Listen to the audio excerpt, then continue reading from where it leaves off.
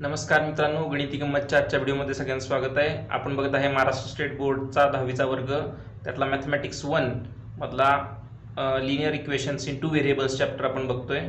त्यातला आपण बघतोय प्रॉब्लेम सेट 1, प्रॅक्टिस सेट 1.5 पर्यंत सोडवून झालेला आहे आणि आपलं प्रॉब्लेम सेट 1 मधला 6व्या प्रश्नातले 3 प्रश्नांपर्यंत पण आपलं सोडवून झालेलं आहे. त्याचे व्हिडिओ तुम्हाला इथं कोपऱ्यात तुम्हाला व्हिडिओच्या तिथं लिंक येईल, त्याच्यावर क्लिक करा, त्याच्यावर तुम्हाला ते व्हिडिओ बघायला मिळतील. तर चला आज आपण चौथ्या प्रश्नाला चालू करूया. 6व्या प्रश्नातला चौथा प्रश्न काय आहे? Solve the following simultaneous equations 7x - 2y = 5, 7x - 2y upon xy = 5 and 8x + 7y upon xy = 15. चला आपण पहिल्यांदा काय करूया, याला 7x - 2y अपॉन xy = 5 जे आहे ते आपण नीट xy ने डिवाइड करूया. 7x upon xy minus 2y upon xy = 5. xy ने सेपरेट डिवाइड केलं, x ला x इथं गेलं, इथं y ला y गेलं, काय राहिलं 7 upon y minus 2 upon x = 5. दुसरं इक्वेशन काय होतं? 8x + 7y upon xy = 15. आपण xy सेपरेट डिवाइड करूया. 8x upon xy plus 7y upon xy = 15. मग इथं x ला x गेले, y ला y गेले, काय राहिलं 8 upon y plus 7 upon x = 15. तर बघा काय करायचं, आपण दरवेळेस करतो तसंच म्हणायचं की let 1 upon y, let m = 1 upon y and n = 1 upon x. आधी x आलं काय, आधी y आलं काय, चालतंय आपल्याला इथे. बघा काय करायचं, देअरफॉर इक्वेशन्स कसे तयार झाले, हे पहिलं इक्वेशन कसं तयार होणार बघा. 7m - 2n = 5 हे पहिलं इक्वेशन झालं. आणि दुसरं इक्वेशन झालं, याला इक्वेशन आपण 1 म्हणूया, आणि दुसरं इक्वेशन झालं 8m + 7n = 15. हे झालं दुसरं इक्वेशन तयार. आता बघा आपण कसंही सोडवू शकतो, हे डिटर्मिनंटनं पण सोडवू शकतो किंवा रेग्युलर मेथडनं पण सोडवू शकतो, अगदी ग्राफनं सुद्धा सोडवू शकतो. आपण साधी सोपी मेथड करूया. तर काय करायचं आपल्याला, इथं 7 आहे आणि इथं 8 आहे. इथं याचा अर्थ खाली 8 न गुणलं पाहिजे दुसऱ्या इक्वेशनला, किंवा पहिल्या इक्वेशनला 7 न, पहिल्या इक्वेशनला 8 न गुणलं पाहिजे आणि दुसऱ्या इक्वेशनला 7 न गुणलं पाहिजे. किंवा इथं दुसऱ्या ह्याच्यात बघा, पहिल्या इक्वेशनला एकतर 7 न गुणा किंवा दुसऱ्या इक्वेशनला 2 न गुणा, म्हणजे इथं 2 7 14 येईल आणि इथं 7 2 14 येईल. दोन्हीपैकी काही जरी केलं तरी चालतंय. मग असं मी म्हणतो मल्टिप्लाइंग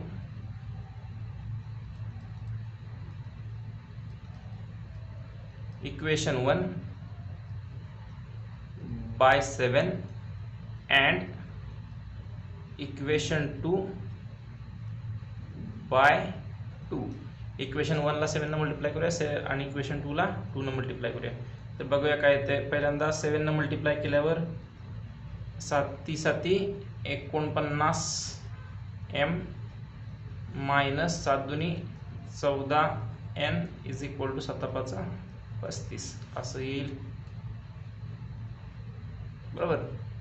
7 7 49 m वजा 7 2 14 n बरोबर 7 5 35. आता 2 न मल्टिप्लाय केल्यावर काय होणार, 8 2 16 m अधिक 14 n, 16 m अधिक 14 n बरोबर 15 होतं. 15 2 30. या इक्वेशनला इक्वेशन 3 म्हणायचं, या इक्वेशनला इक्वेशन 4 म्हणायचं. इकडे -14 n आहे, इथं +14 n आहे. वेगवेगळे चिन्ह आहेत म्हटल्यावर आपण काय करायचं, त्यांची बेरीज करूया. मग ॲडिंग इक्वेशन 3 and 4, 3 आणि 4 ला ॲड करूया. तर काय झालं बघा, 49 m आणि 16 m, 49 m आणि 16 m काय झालं, 9 15 आणि आले 65 65 m झालं. इथं 14 n ला -14 n कॅन्सल होणार, काय राहिलं 35 अधिक 30 काय झाले 65. मग त्यामुळे एम बरोबर काय येईल, एम बरोबर 65 भागिले 65 एक आन्सर येईल. एम जर 1 झालं तर आपण म्हणूया putting M is equal to 1 in equation, कुठल्याही एका इक्वेशनमध्ये पुट केलं चालतं, अगदी तुम्ही 14 इक्वेशनमध्ये जरी पुट केलं तरी चालतं. इक्वेशन 4, इक्वेशन 4 मध्ये पुट करून बघूया. देअरफॉर 16 इंटू एमच्या ऐवजी 1 लिहिलं plus 14n is equal to 30. Therefore बघा 16 × 16 plus 14n is equal to 30. 14n is equal to 30 minus 16. मग 14n इज इक्वल टू किती राहिलं 14. देअरफॉर मग n ची किंमत काय असणार, n ची किंमत 14 × 14, n ची किंमत येणार 1. मग आपण म्हणायचं बट m आणि n ची किंमत आपल्याला पाहिजे का, नकोय. आपल्याला m आणि n ची किंमत नकोय, आपल्याला पाहिजे x आणि y ची किंमत. का तर बघा आपण m इज इक्वल टू, आपण काय म्हणत होतो, m इज इक्वल टू काय 1/y आणि n is equal to 1/x. मग बघा आपण म्हणूया m is equal to 1/y which is equal to 1 असं सांगितलंय. मग देअरफॉर m ची m म्हणतोय y ची किंमत काय येणार 1च येणार, कारण दोन्हीचं रेसिप्रोकल घेतल्यावर 1च येणार.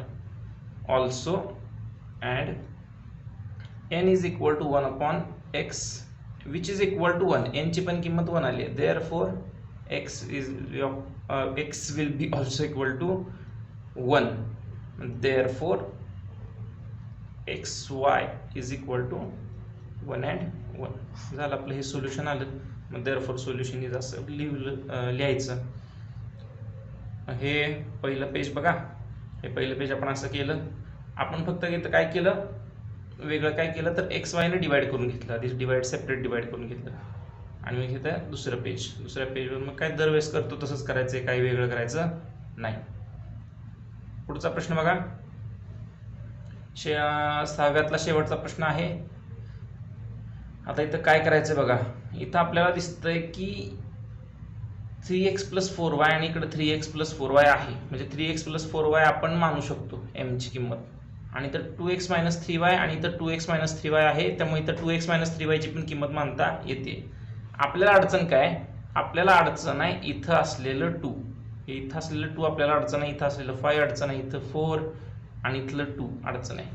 मग ते घालवायचं कसं, तर बघा जर आपण इथं 2 घालवायचं आणि इथं 5 घालवायचं, म्हणजे एकदा 5 न पण गुणलं पाहिजे आणि 2 न पण गुणलं पाहिजे. मग 5 दोन्ही 10, पण 10 न गुणल्यावर 4 जाणार आहे का, नाही. मग किती न गुणल्यावर 4 पण जाईल, 5 न पण जाईल, 2 पण जाईल. तर 5 × 20, 20 न जर आपण या इक्वेशनला मल्टिप्लाय केलं, या सगळ्या इक्वेशनला जर आपण 20 न मल्टिप्लाय केलं तर हे खालचं 2 पण निघून जाईल, कारण 2 न पण भाग जातो 20 ला, 5 न पण जातो 20 ला आणि 4 न पण 20 ला भाग जातो, हे सगळंच निघून जाईल. आणि इकडे बघा इथं काय फक्त 2 न मल्टिप्लाय केलं की हे निघून जाईल. मग कसं करायचं बघा,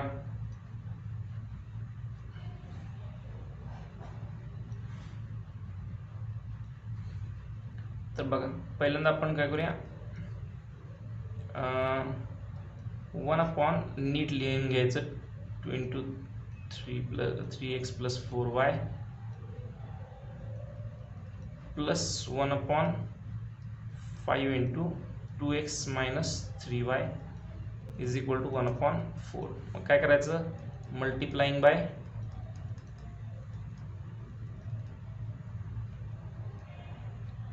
20. मग 20 ने मल्टिप्लाय केल्यावर काय होणार, इथं सगळ्याला 20 ने मल्टिप्लाय केल्यावर बघूया, इथं जर 20 ने मल्टिप्लाय केलं तर काय होणार, बेक के बे बेंदाय 20.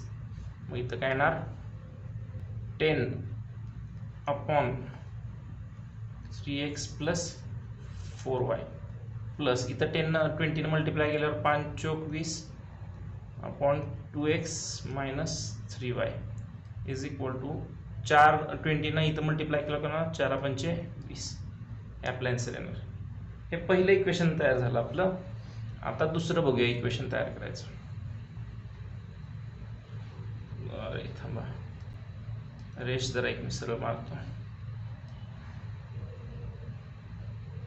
म्हणजे आपल्या लक्षात येईल. बरोबर. आता बघा दुसरं इक्वेशन काय आहे, 5/3 3x plus 4y minus 2/2x minus 3y is equal to minus 3/2. मग सगळ्याला आपण काय करायचं, मल्टिप्लाइंग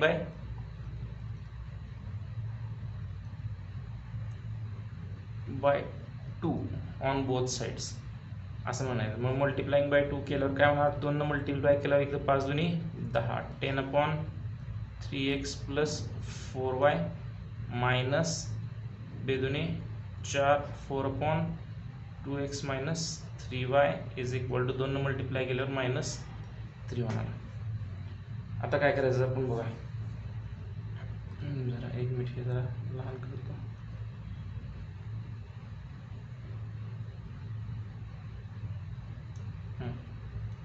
आता आपण असं म्हणूया, लेट खाली म्हणूया let m is equal to काय म्हणायचं, हे 1 जे कॉमन आहे ते 1/3x plus 4y and n is equal to 1/2x minus 3y. असं असल्यावर आता इक्वेशन कशी तयार होतील बघा. तर इथं काय तयार झालंय, 10 हे आले म्हणल्यावर 10m प्लस 4n इथं तयार होणार. सगळ्यात काय तयार होणार, 10m प्लस 4n असं तयार होणार.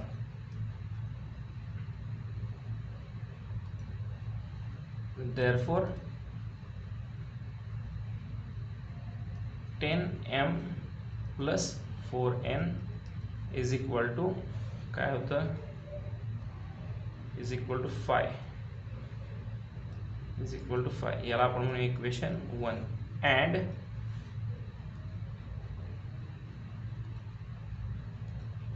इथं कुठं गेलं, हां 10m minus 4n is equal to minus 3. अरे ते झालं, 10m minus 4n is equal to minus 3. वा, हे तर मग आपलं फार, याला इक्वेशन 2 म्हणूया. हे तर फार सोपं काम झालं, कारण इथं आपल्याला बघा प्लस 4n मायनस 4n आले आणि plus 4n minus 4n cancel करायला सोपं आहे. आपण सरळ म्हणूया adding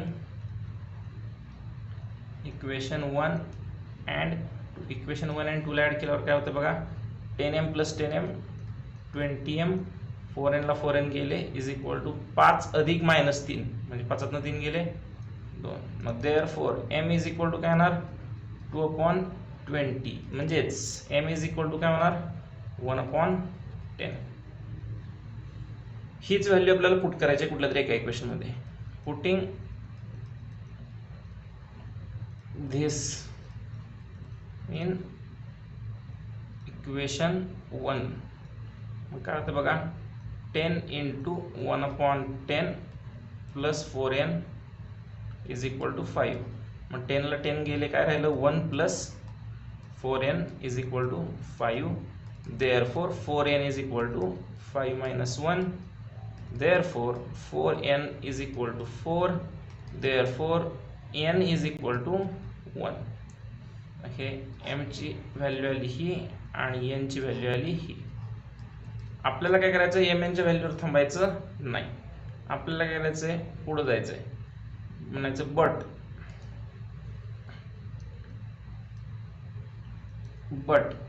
m is equal to आपण काय घेतलं होतं, 1/3x प्लस 4y तेच होतं, 3x प्लस 4y आणि 2x minus 3y. 3x plus 4y is equal to काय आलं होतं, 1/10 and n is equal to 1/2x minus 3y is equal to 1 आलं होतं n ची व्हॅल्यू, बरोबर आहे. 2x minus 3y is equal to आपल्याला होतं 1. मग देअरफॉर जर हा पार्ट आहे ना, उचलून इथं टाकतो.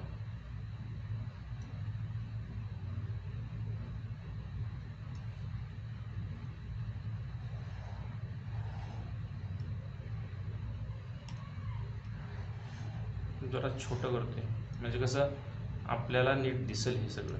बरोबर, हे सगळं इथं वर कोपऱ्यात टाकतो आणि हे सगळं उचलून इथं आपण कोपऱ्यात टाकूया. बरोबर, ठीक आहे. मग देअरफोर आता लिहायला झालं. देअरफोर मग मला सांगा 1/3x + 4y is equal to, जर 1/10 असेल तर 3x + 4y is equal to काय असणार, 10 असणार. बरोबर का. याला इक्वेशन म्हणूया आपण 3.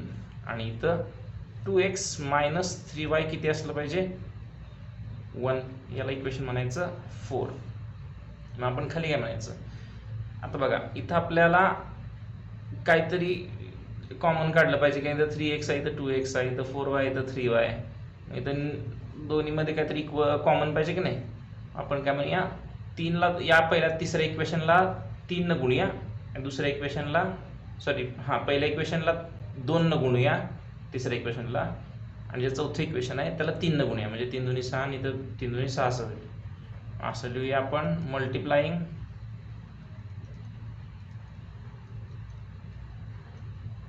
Equation 3/2 and equation 4/3. 3 ने मल्टिप्लाय केल्यावर ह्याचं काय झालं, 3 दुनी 6, 6x + 4 दुनी 8, 8y इज इक्वल टू 10 दुनी 20. इक्वेशन 5. आणि याचं काय झालं, 3 ने मल्टिप्लाय केल्यावर 6x - 3 त्रिक 9y बरोबर 3. इक्वेशन 6 मध्ये. आता काय करायचं, दोन्हीमध्ये सेम आहे, 6x आहे, म्हणजे आपण काय करायचं, मायनस सबट्रॅक्टिंग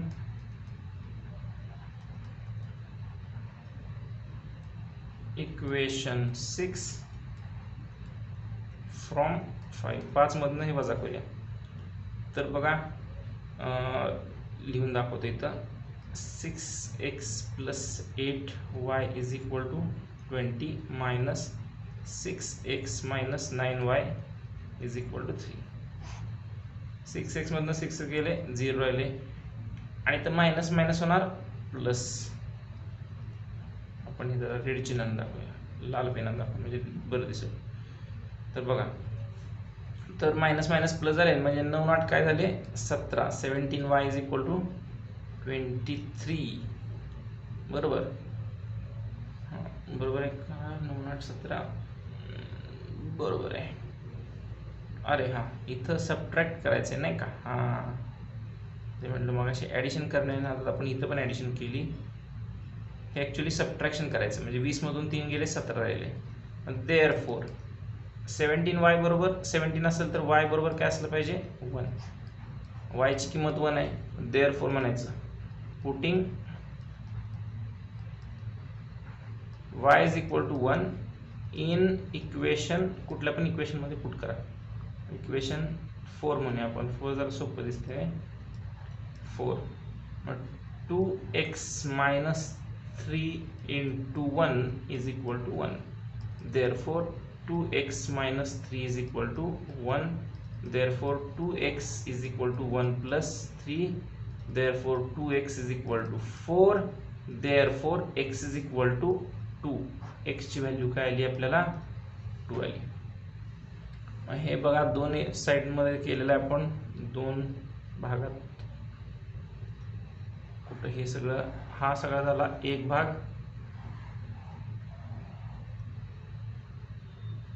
बरोबर, हा सगळा झाला एक भाग. मी जर हा साईडला इथे घेतो, आणि हा सगळा झाला हा दुसरा भाग. हे इथं मी जरा नीट असली तर माझा चेहरा पण मध्ये आला त्याच्या. मग x ची किंमत ही आली आणि y ची किंमत ही आली. मग खाली आपण काय लिहायचं, therefore x and y is equal to 2 and 1. एवढं साधं फक्त एक वाक्य लिहायचं राहिले. आता x y ची किंमत काय आली, x y ची किंमत काय आली, 2 and 1. जरा एवढंच फक्त लिहायचं राहिलं सगळ्यात शेवटी. तर तुम्ही लिहा, मी इथून जरा खोडतो, नाही तर बघणारे जरा कन्फ्यूज होतील की कसं काय झालं ते. तर बघा, पहिलं पेज कुठं गेलं, हे पहिलं पेज आहे, हे दुसरं पेज आहे, आणि हे शेवटचं तिसरं पेज आहे. इथं आपल्याला एक्स वायच्या व्हॅल्यू निघालेले आहेत. तर बघा, आपण 6वा प्रश्न बहुतेक इथं थांबतोय. आणि आता 7व्या प्रश्नाला आपण चालू करतोय. 7वा प्रश्न म्हणजे सगळे वर्ड प्रॉब्लेम आहेत. वर्ड प्रॉब्लेम बघूया आपण. तर a two digit number and the number with digits interchanged add up to 143. In the given number, the digit in the units place is 3 more than the digit in the tens place. Find the original number. आता unit प्लेसला आपण x म्हणलंय, tense प्लेसला y म्हणलंय, मग number काय झाला? Number कसा असतो बघा की tense place आहे ना म्हणलं तर 10 ने मल्टिप्लाय केलं पाहिजे plus x is equal to हे आलं. दर नंबर आता इंटरचेंज केल्यावर काय होणार? 10x प्लस वाय होणार. हा इंटरचेंज केला आपण. पण 10x plus x 10y plus x आणि कुठला नंबर? द 2 डिजिट्स काय ॲड केलं आपण according to the first condition 2 digit number and the number obtained by interchanging digits.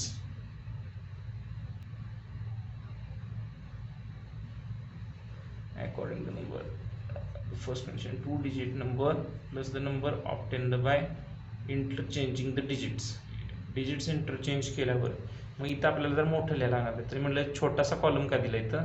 Actually इथं मोठा कॉलम पाहिजे. 10x प्लस वाय इथं असं यायला पाहिजे. मग 10x प्लस एक्स झाले 11x आणि इथं झाले 11y झाले इज इक्वल टू 143. मग 11 कॉमन काढलं 11 डिवाइड केलं 143ला तर 11 11 11 त्रिक 33 असं होणार. 13 येणार इथं.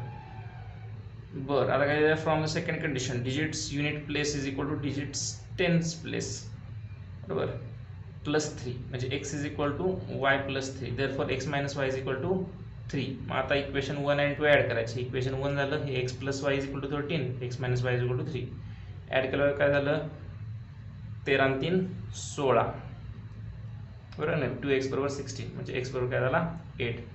तर हे जर इक्वेशन 1 मध्ये पुट केलं तर 8 plus y is equal to 13 therefore y is equal to 8 आणि 5 13. Therefore original number is y 5 आहे ना 5 गुणिले 10 50 असं येणार. 50 आणि 8 58. वायच्या ऐवजी फक्त आपण इथं 5 टाकलं आणि 5 10 50 लिहिलं तर झालं. हे काय ॲक्टिव्हिटी फक्त आपल्याला समजून घेण्याचा भाग असतो. आपल्याला किती गोष्टी समजतात त्याच्यावरती ॲक्टिव्हिटी सॉल्व्ह करता येते. बाकी त्यात असं करण्यासारखं काय फार नसतं. घ्या लिहून घ्या. आपण जाऊया पुढच्या प्रश्नाकडे.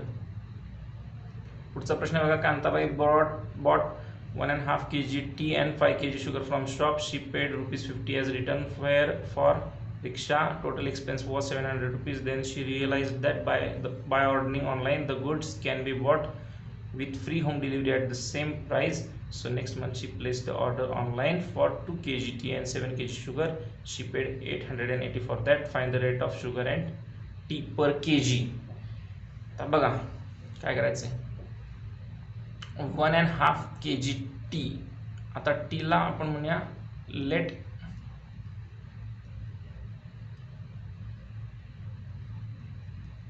प्राइस ऑफ टी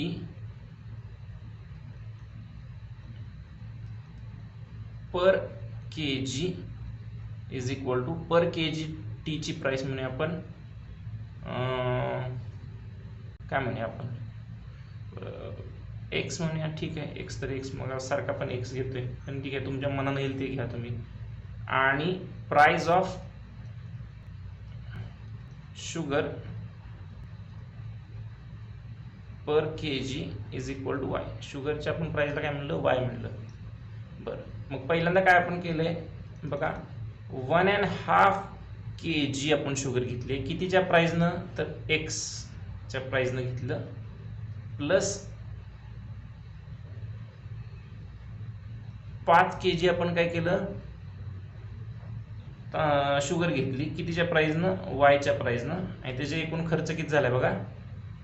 तिचा एकूण खर्च 700 नाही झालेला. तिनं 50 रुपये रिक्षेला भाडं पण दिले.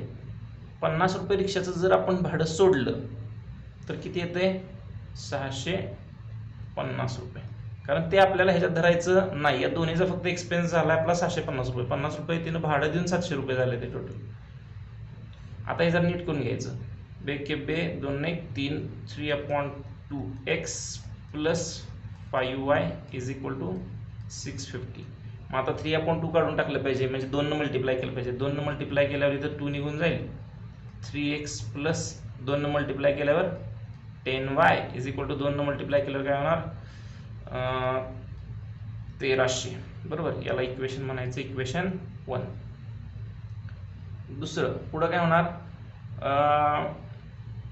दुसरं इक्वेशन तयार करायचं आहे. किती 2 kg टी घेतलाय, म्हणजे 2 kg T x plus 7 kg काय घेतले शुगर घेतले, आणि त्याचं किती झालं एकूण शिपेड 880 फॉर दॅट ऑनलाईन घेतल्यावर. याला इक्वेशन म्हणायचं इक्वेशन 2. आता इक्वेशन 1 आणि इक्वेशन 2 मध्ये बघा, इक्वेशन 1 ला आपल्याला जर 2 न मल्टिप्लाय केलं पाहिजे आणि इक्वेशन 2 ला 3 न मल्टिप्लाय केलं पाहिजे, तर सगळं नीट होईल. मग multiplying equation 1 by 2 and equation 2 by 3. therefore 2 न मल्टिप्लाय केल्यावर काय होणार, इथं 3 दुनी 6x प्लस इथं 3 न मल्टिप्लाय केल्यावर काय होणार 30y इज इक्वल टू 3 नाही आपल्याला मल्टिप्लाय करायचं, 2 न मल्टिप्लाय करायचं की नाही, 20y प्लस इथं 2 न मल्टिप्लाय केल्यावर त्या अजूनही 26,600. याला इक्वेशन म्हणूया 3. अँड याला 3 न मल्टिप्लाय करायचं. आता या इक्वेशनला 3 न मल्टिप्लाय केल्यावर काय होतं 3 दुनी 6 6x plus 3 7 21 21y is equal to 3 न मल्टिप्लाय केल्यावर 0 8 3 24 झाले 2 3 8 24 आणि 2 26. इक्वेशन 4. दोन्हीकडे 6x 6x आले, काय करायचं सबट्रॅक्शन करायचं. इक्वेशन 4 मधून इक्वेशन 3 सबट्रॅक्ट करायचं. Subtracting equation 3 from 4. 4 मधून 3 सबट्रॅक्ट करा. काय झालं बघा, तर सबट्रॅक्ट केलेलं दाखवतं 6x plus 21y is equal to किती होतं 2 6 26 40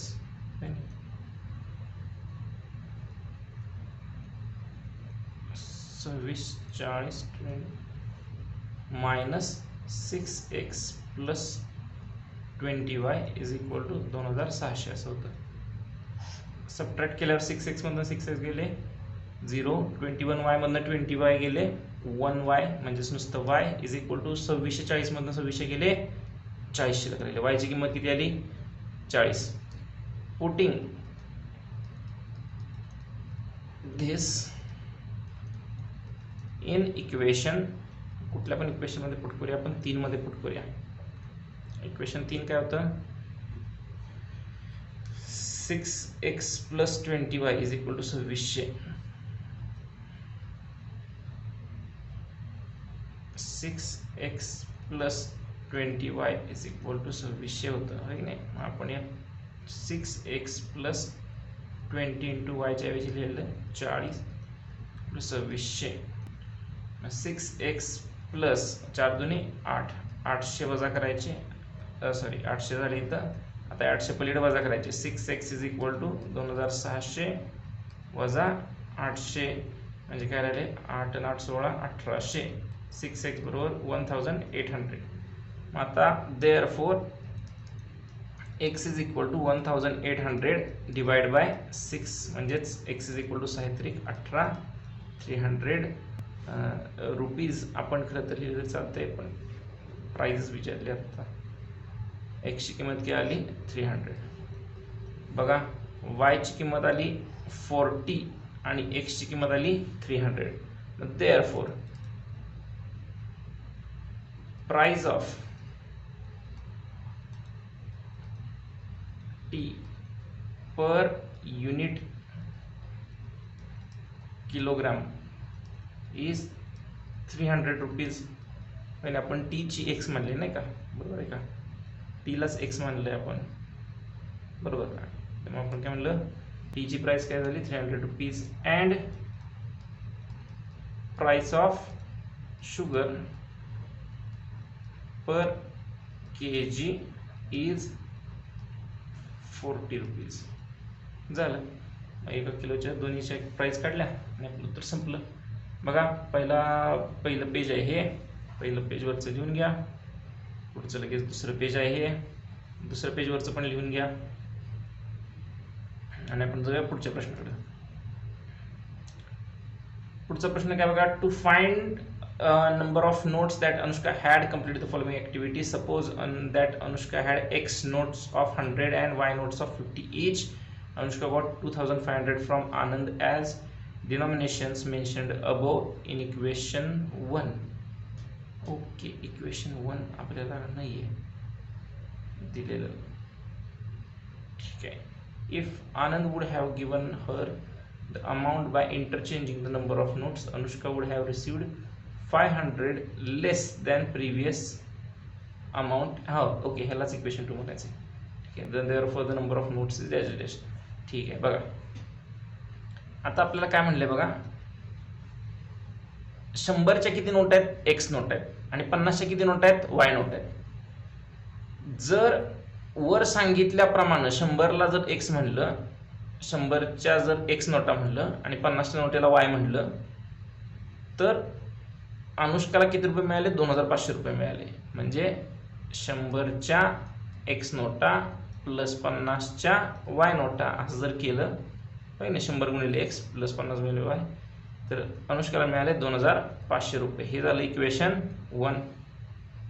परंतु जर नोटांची संख्या इंटरचेंज केली, म्हणजे 50च्या एक्स नोटा आहेत, सॉरी एक्सच्या 50च्या किती नोटा, एक्स नोटा प्लस 100च्या जर वाय नोटा असं धरलं, तर आता काय होतंय, आता मग अनुष्का वुड हॅव रिसीव्ड 500 लेस, 500 रुपये कमी मिळाले असते. मग 500 रुपये कमी म्हणजे किती, 2000 रुपये मिळाले असते. इक्वेशन म्हणूया 2. आता विचारलंय ह्याची व्हॅल्यू काढा. साधं सोपं आहे. एक तर पहिली गोष्ट आपण जर हे नीट करून घेऊया. जर हे मी खाली घेतो,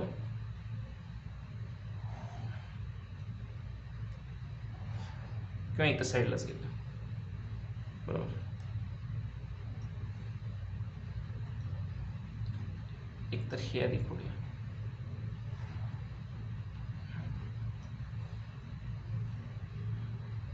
नाही, ह्यालाच आपण इक्वेशन 1 म्हणले नाही का. इथं आपल्याला त्यांनी सांगितलं याला इक्वेशन 1 म्हणा आणि याला इक्वेशन 2 म्हणा.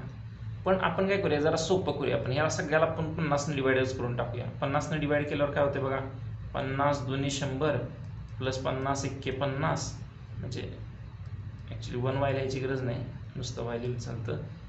आणि काय होते, 5 5 25 50 येणार इथं. याला इक्वेशन खरं तर 1 म्हटलं पाहिजे, पण ठीक आहे, याला इक्वेशन 3 म्हणूया. आणि 50ने याला डिवाइड केल्यावर काय होतं, x plus 2y is equal to 25 40 400. ह्याला इक्वेशन 4 म्हणूया. आपल्याला काय करायचं बघा, सोपं आपण करून घेतलं, मोठ्याकडे फार नको अवघड पडलं. मग बघा इथं 2x plus y is equal 50 आहे, x plus 2y is equal to 40. मग काय करायचं, एक्सच्या ऐवजी ह्याला एक तर 2 न गुणा किंवा दुसऱ्या चौथ्या इक्वेशनला 2 न गुणा. आपण काय करूया, पहिल्या इक्वेशनला 2 न गुणूया. Multiplying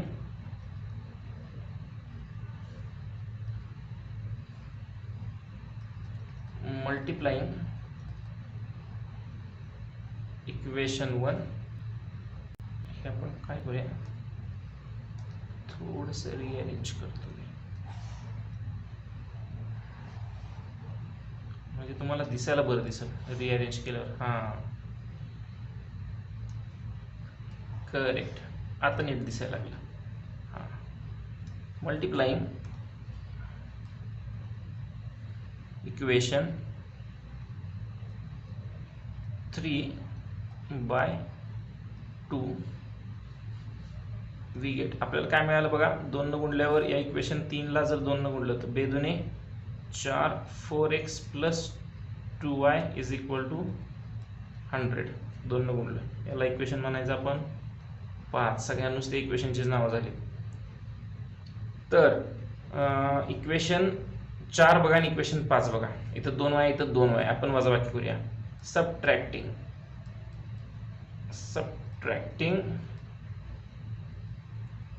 equation 4 from 5. 5 मधनं 4 घालवायचे. 4x मधनं x गेले, मी नीटच लिहून घेतो. 4x plus 2y is equal to 100 minus x plus 2y is equal to 40. 4x मधनं x गेले, 3x राहिले इज इक्वल टू 2y मधनं 2y गेले 0. 3x इज इक्वल टू काय राहिले, 100 मधनं 40 गेले 60. Therefore 3x is equal to जर 60 असेल तर x इज इक्वल टू काय असलं पाहिजे, 20 असलं पाहिजे. बरोबर, 60 ला 3 भागाला 20 येतं. हेच आपण व्हॅल्यू पुट करायची. पुटिंग दिस इन इक्वेशन 3 मध्ये पुट करून बघूया. इक्वेशन 3 काय आहे, 2x plus y is equal to 50. Put करून बघूया. 2x plus y is equal to 50. मग therefore 2 into 20 plus y is equal to 50. Therefore 20 दुनी 40 plus y is equal to 50. Therefore y is equal to 50 minus 40 and therefore y is equal to 10. मग किमती किती आहेत, x आणि y च्या किमती किती आहेत, तर 20 आणि 10. therefore मग असं आपण म्हणू शकतो की 100 च्या नोटा किती होत्या. therefore आपल्याला काय प्रश्न विचारला होता, काय काढायला सांगितलं होतं,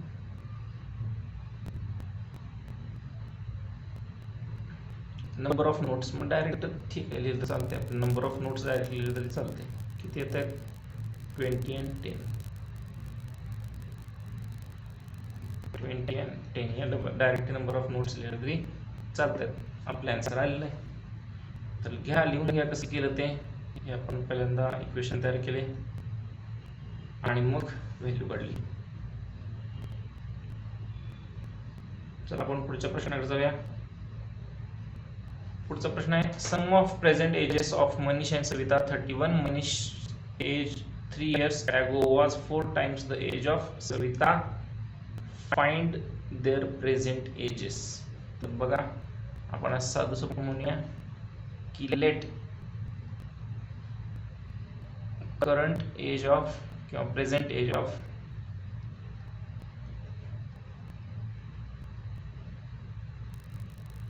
मनीष इज, मनीषचं करंट एज आपण काय म्हणूया, आपण एक्स म्हणूया, काय पण म्हणलं चालते.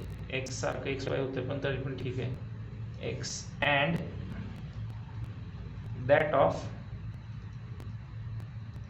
म्हणजे हेच पुन्हा आपण सांगतोय, रिपीट ते. दॅट ऑफ सविता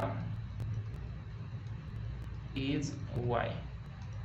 देअरफॉर पहिल्या कंडिशन नुसार, बाय द फर्स्ट कंडिशन नुसार काय सांगितलं, दोन्हीची बेरीज किती येते, 31. म्हणजे x प्लस वाय जर केलं तर काय होतंय, 31 आन्सर येते. इक्वेशन 1 म्हणूया. दुसरी कंडिशन नुसार अँड 3 वर्षापूर्वी जर बघितलं तर मनीषचं वय सविताच्या वयाच्या 4 पट आहे. मग 3 वर्षापूर्वी दोन्हीचं वय आधी 3 कमी करूया. x मायनस 3 आणि y मायनस 3 करूया.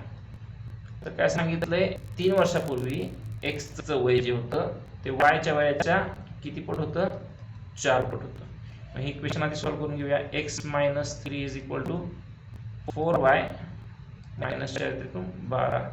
नीट जर लिहून घेतलं तर x minus 4y is equal to minus 12 plus 3 असेल. x minus 4y is equal to minus 9 असं आन्सर येईल. याला इक्वेशन म्हणायचं 2.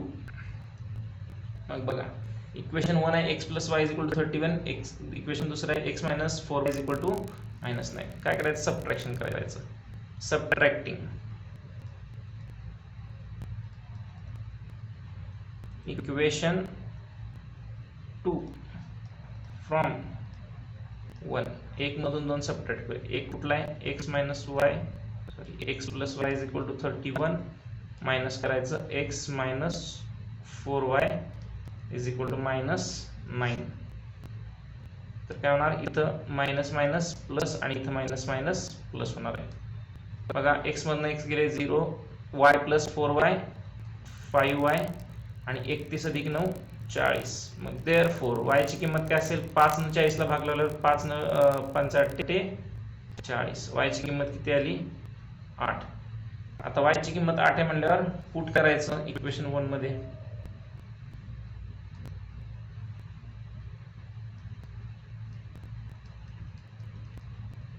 पुटिंग दिस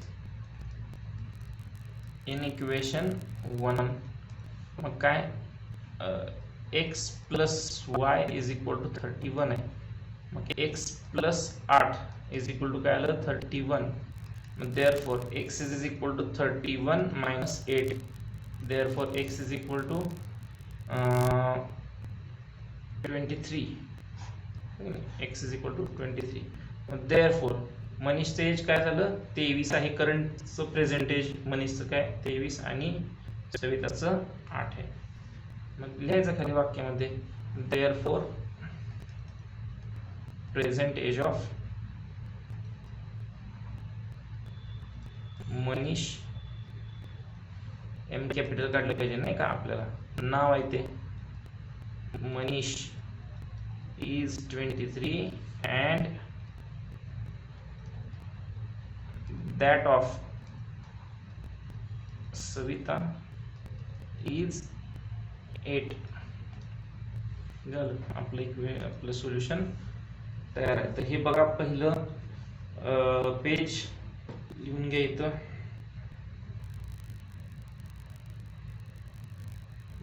आणि दुसरं पेज हे पण लिहून घ्या.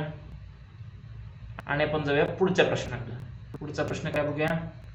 तर पुढचा प्रश्न आहे, in factory the ratio of salary of skilled and unskilled workers is 5:3.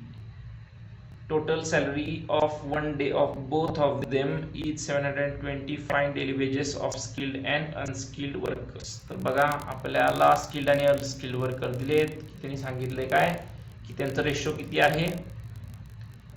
सॅलरीचा ratio किती आहे? 5:3. मग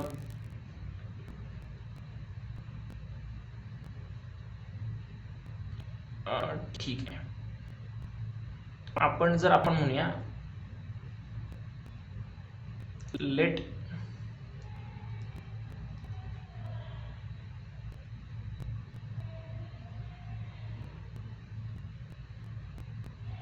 नाही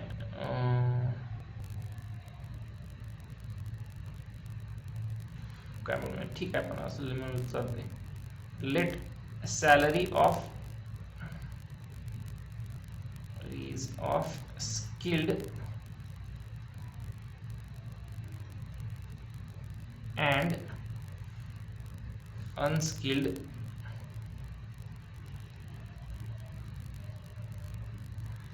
workers is M and N. Therefore M upon N is equal to 5/3. बरोबर का? Therefore M is equal to काय असलं पाहिजे? लक्षात घ्या, दोन्हीला काहीतरी भाग लावल्यानंतर आपण कॉमनली भाग घालवला, त्यामुळे 5/3 आलं. मग ते उत्तर काय असलं पाहिजे? ह्याचं उत्तर असलं पाहिजे 5x. आपण x म्हणजे कशानंतर गुणल्यानंतर त्याची सॅलरी येणार ना पूर्ण. And n is equal to 3x. आता या आपल्याला m आणि n चा वापर नाही करायचा, यात एक 5x आणि 3x चा वापर करायचा आहे. बरोबर. मग यांची एका दिवसाची salary, total salary of one day of both of them is 720. मग या दोन्हीची जर बेरीज केली, देअरफॉर m प्लस n, किंवा आपण असं म्हणूया sir total salary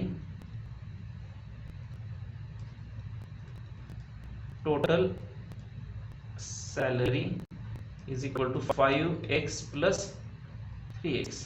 and therefore 5x plus 3x is equal to किती सांगितले एका दिवसाची total? 720. Therefore 8x is equal to 8 9 72 वर आले. काय चाललंय? 8x equal to 720. Therefore x is equal to 720 upon 8. Therefore x is equal to 8 9 72 वर आले 0. x is equal to 90. x is equal to जर 90 असेल, therefore m is equal to 5x which is equal to 5 into 90 which is equal to 450 rupees, and n is equal to 3x आहे which is equal to 3 into 90 which is equal to 9 3 27 270 rupees. therefore आपलं answer बरोबर येते का बघा, ratio तो आला नाही काही दिवसात. Find the daily wedges of, तेच काढलं आपण. therefore daily wage of skilled worker is 450 rupees and that of unskilled workers is 270 rupees. झालं, एवढं साधं सोपं. यात तर काय करण्यासारखं पण फार काय नव्हतं, साधं सोपं रेशो दिला होता आणि रेशोवरनं काढायचं होतं. याच्या टाईपचे एक्झाम्पल आपल्याला तुम्हाला 8वी स्कॉलरशिपला भरपूर आलेली असतात. 8वी स्कॉलरशिपला इथून पुढे पण स्पर्धा परीक्षांमध्ये जर बघितलं तुम्ही तर अशा टाईपचे एक्झाम्पल खूप येतात आणि तोंडी होतात. 5 आणि 3 8, 8 न 720 भागायचं, 8 9 72, याचा आपल्या एकाची 90 आहे, 5 गुणिले 90 आणि 3 गुणिले 90. हे साधं सोपं असतं, हे तोंडी करता येतं. पण आपल्याला बोर्डाला तोंडी करून चालत नाही, हे लिहायला लागतं. म्हणूनच बहुतेक यांनी स्टार केलेलं आहे, स्टार केला की नाही, तो त्यासाठीच वेगळं काहीतरी. दुसरं पेज आहे, दुसऱ्या पेजवरचं लिहून घ्या.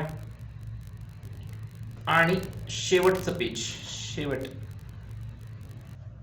तर चला आपण पुढचा प्रश्न बघूया. पुढचा प्रश्न आहे 6वा. Places A and B are 30 kilometers apart and they are on a straight road. Hamid travels from A to B on bike. At the same time, Joseph starts from B on bike, travels towards A. They meet each other after 20 minutes. If Joseph would have started from B at the same time but in the opposite direction instead of towards A, Hamid would have caught him after 3 hours. Find the speed of Hamid and Joseph. तर ठीक आहे, आपण बघूया आपण काय केलं. तर short मध्ये असं सांगितलंय की हे एक असा रस्ता आहे,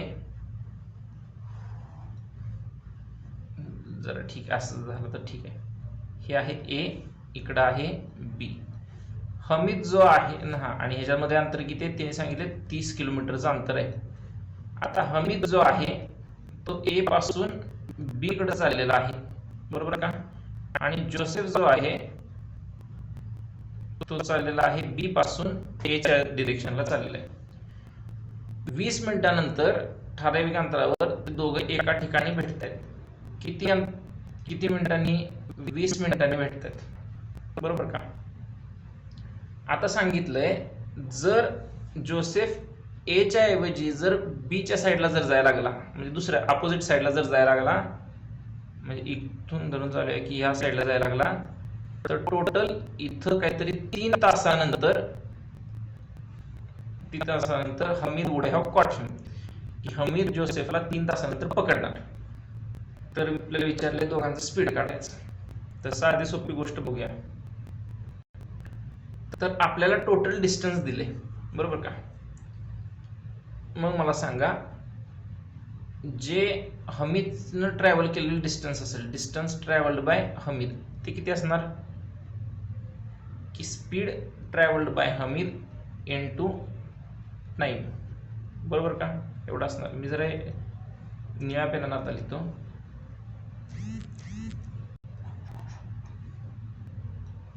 बघा, डिस्टन्स ट्रॅव्हल्ड बाय हमीद जे असेल ते किती असणार, time into speed bye Hamid, बरोबर का. आता टाइम किती लागलाय 20 मिनिटं. मग आणि 20 मिनिटं म्हणजेच काय 1/3 आवर्स. मग इथं आपण लिहूया 1/3 SH, बरोबर का. DH म्हणजे काय झालं 1/3 SH. तसंच DJ म्हणजे जोसेफने ट्रॅव्हल केलेलं डिस्टन्स किती असणार, तर टाइम इनटू स्पीड जोसेफचं, आणि हे पण किती येणार 1/3 SJ असणार. DJ काय असणार 1/3 SJ. याला इक्वेशन 1 म्हणायचं, याला इक्वेशन 2 म्हणायचं. बघा, ऍडिंग इक्वेशन 1 and 2,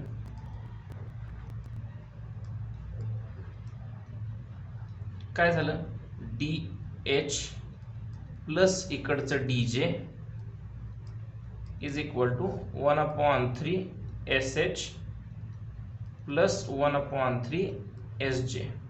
आता मला सांगा, हमीद आणि जोसेफ काही काळानंतर 20 मिनिटांनंतर इथं मिळाले. कुठं का मिळालेलं असं पण 20 मिनिटांनंतर एकत्र आलेत. याचा अर्थ दोघांनी मिळून किती डिस्टन्स ट्रॅव्हल केलं, 30 किलोमीटर ट्रॅव्हल केलं. कारण हा या पारपैकी काही एकत्र आला, हा इथून जाताना इथपर्यंत आला, दोघांनी मिळून 30 किलोमीटर ट्रॅव्हल केलं. याचा अर्थ याचं डिस्टन्स प्लस याचं डिस्टन्स मिळून काय झालं, 30 किलोमीटर झालेलं आहे. देअरफॉर हे 1/3 कॉमन काढूया, S H plus S J is equal to हे आलं बरोबर. 1/3 न 3 मल्टिप्लाय केलं पलीकडे तर काय झालं, 3 त्रिक 9. देअरफॉर एस एच म्हणजे हमीदचं स्पीड प्लस एस जे, इथं मी चुकून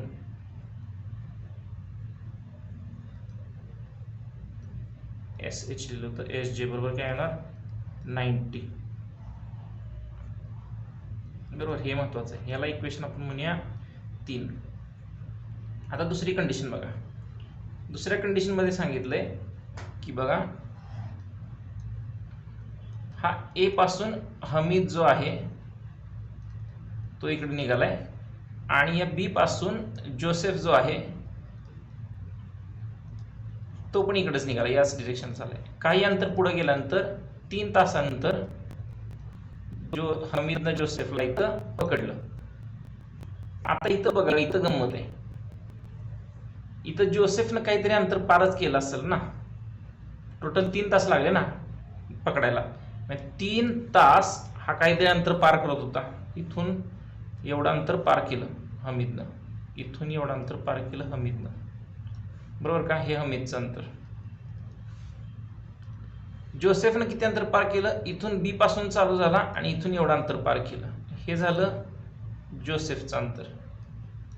आता जर हमीदच्या अंतरामधून जोसेफचं अंतर वजा केलं तर किती राहतं, एवढाच पार्ट शिल्लक राहणार बरोबर नाही. जोसेफच्या अंतरामधनं हमीदच्या अंतरामधून जोसेफचं अंतर वजा केलं तर एवढा पार्ट राहणार. आणि एवढा पार्ट किती किलोमीटरचा आहे, 30 किलोमीटरचा आहे, त्यांनी आधीच सांगितलंय. याचा अर्थ दोन्हीच्या अंतरामधला जर फरक काढला तर तो किती येणार, 30 किलोमीटर. परंतु इथे एक गंमत आहे. इथं बघा, distance travelled by Hamid is equal to time into speed of Hamid. आता इथं टाइम किती लागलाय बघा, इथं किती वेळ लागला इथं कॅच करायला किती वेळ लागला, 3 तास वेळ लागला. मग इथं आपल्याला 3 न मल्टिप्लाय केलं पाहिजे एस एच ला. D J D H is equal to 3 into S H. तसंच डीजे इज इक्वल टू काय येणार, 3 इंटू एस जे. जर आपण या दोन्हीची जर ऍडिशन केली, देअरफॉर ऍडिशन नव्हे सबट्रॅक्शन केली, D H minus D J is equal to 3 S H minus 3 into S J बरोबर. मग काय होणार बघा, 3 कॉमन काढलं आणि या दोन्हीतला फरक किती आलाय, 30. S H minus S J is equal to हे आलं. Therefore speed of Hamid minus speed of Joseph is equal to 3 भाग लावल्यावर 30 भागिले 3 is equal to S H minus S J is equal to काय झालं, 3 × 30. याला इक्वेशन म्हणायचं. इक्वेशन काय झालं, 3-4 झालं असेल. हे 4 इक्वेशन 4 आहे. आता बघा, इक्वेशन 3 कुठलं होतं, हे होतं S H plus S J is equal to 90 आणि इकडे काय S H minus S J is equal to 10. या दोन्हीची करायची आपल्याला ऍडिशन. ऍडिंग इक्वेशन 3 and 4 बघा ना, S H plus S J is equal to 90 plus S H minus S J is equal to 10. मग काय झालं, इथं मायनस मायनस गेले 0 आले. 2 into S H is equal to 9 × 100. Therefore S H is equal to काय असणार, 100 भागिले 2 50. S H किती असलं पाहिजे, अरे थांबा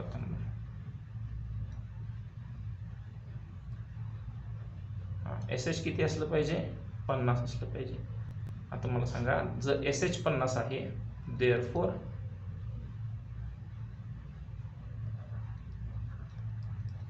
putting SH is equal to 50 in equation 3 किंवा 4 मध्ये पुट करूया आपण. याने 4 काय बघा, SH 50 आहे, SH काय घ्यायचं, 50 घ्यायचं. SH minus SJ is equal to 10, therefore SH is equal to 50 minus SJ is equal to 10, therefore minus SJ is equal to 10 minus 50 minus SJ is equal to minus 40, therefore SJ speed of Joseph is equal to 40. and therefore आपल्याला काय मिळालं, जोसेफचं speed मिळालं 40 kilometre kmph आणि sorry हमीचं speed मिळालं 50 आणि जोसेफचं speed मिळालं 40 kmph. आपले दोन इक्वेशन सॉल्व्ह झाले आणि आपल्याला सोल्युशन मिळालं. आता हे थोडंसं हटके होतं, म्हणजे पटकन याचं इक्वेशन कसं तयार करायचं, सोल्युशन कसं काढायचं हे पटकन कळण्यासारखं नव्हतं. मग आपण थोडंसं डोक्याचा वापर केला की हे होतं, काय अडचण नाही. तर घ्या, लिहून घ्या. हे पहिलं पेज आहे, हे दुसरं पेज आहे, होपफुली तुम्हाला कळालं असेल. आणि हे तिसरं पेज आहे, होपफुली तुम्हाला कळालं असेल आपण कसं केलं ते. आणि तर या ठिकाणी आपला प्रॉब्लेम सेट 1 हा संपतोय आणि त्याचबरोबर आपला चॅप्टर पहिला देखील इथं संपतोय, लिनियर इक्वेशन्स इन 2 व्हेरिएबल्स. लवकरच आपण मॅथमॅटिक्स 2 चा आपण पहिला चॅप्टर चालू करणार आहे, तर त्याची तुम्ही नक्की वाट बघा आणि आल्यानंतर तो बघा, नक्की बघा. याच्यापूर्वीचे सगळे व्हिडिओ आहेत ते सुद्धा तुम्ही नक्की बघा आणि आवडल्यास आपल्या मित्रांना, इतरांना पण सगळ्यांना शेअर करा आणि अभ्यास करा, खूप काम करा आणि आयुष्य एन्जॉय करा. Till then, bye bye.